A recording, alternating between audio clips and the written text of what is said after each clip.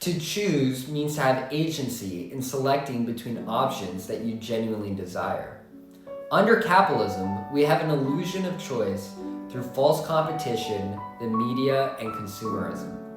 We choose between brands owned by only a few firms, giving us the perception that we are picking between multiple choices, when in reality, we only have one.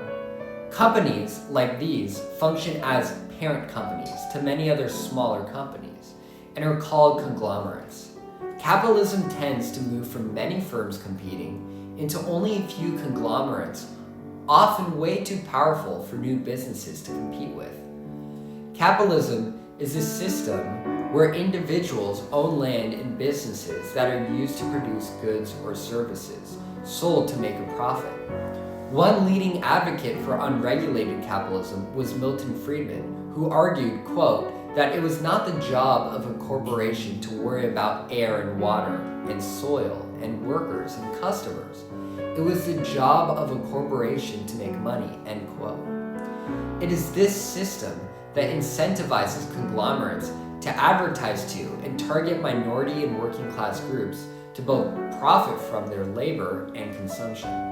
Imagine working all day because you can barely afford your rent and don't have access to a job with higher pay. As you finally clock out, you go straight to your phone or TV and see an ad marketing a burger, where you see a McDonald's ad. After your day of work, you only have 1 hour left in the day by the time you get home to shower and get ready for bed, and you're simply so exhausted that you crave getting a convenient burger as there's so many McDonald's close by. The proximity of the locations and accessibility near your public transportation are what make it a logical decision.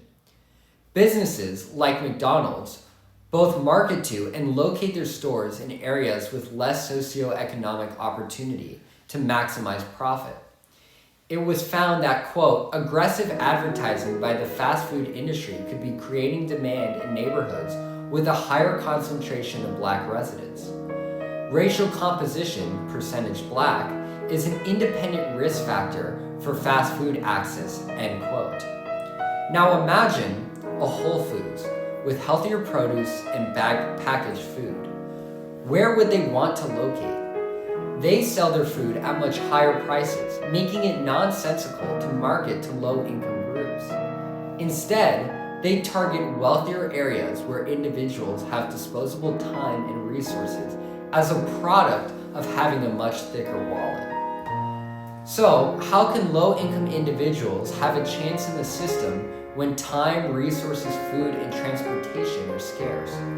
Not only are consumers impacted, but they are also conditioned to prioritize convenience as a result of working long hours for low pay. This further reinforces a cycle where they are trapped working for another, barely getting by. Companies promote consumerism so that individuals buy goods they otherwise wouldn't under different circumstances.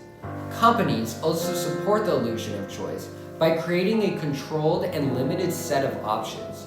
You can probably visualize a supermarket where you may want to buy chips and drinks for yourself and coworkers during break the next day at your job. Among the chips, you think of all the brands that you can choose from. With more competition, companies have to innovate or lower their prices in order to not lose profits. In principle, this is amazing.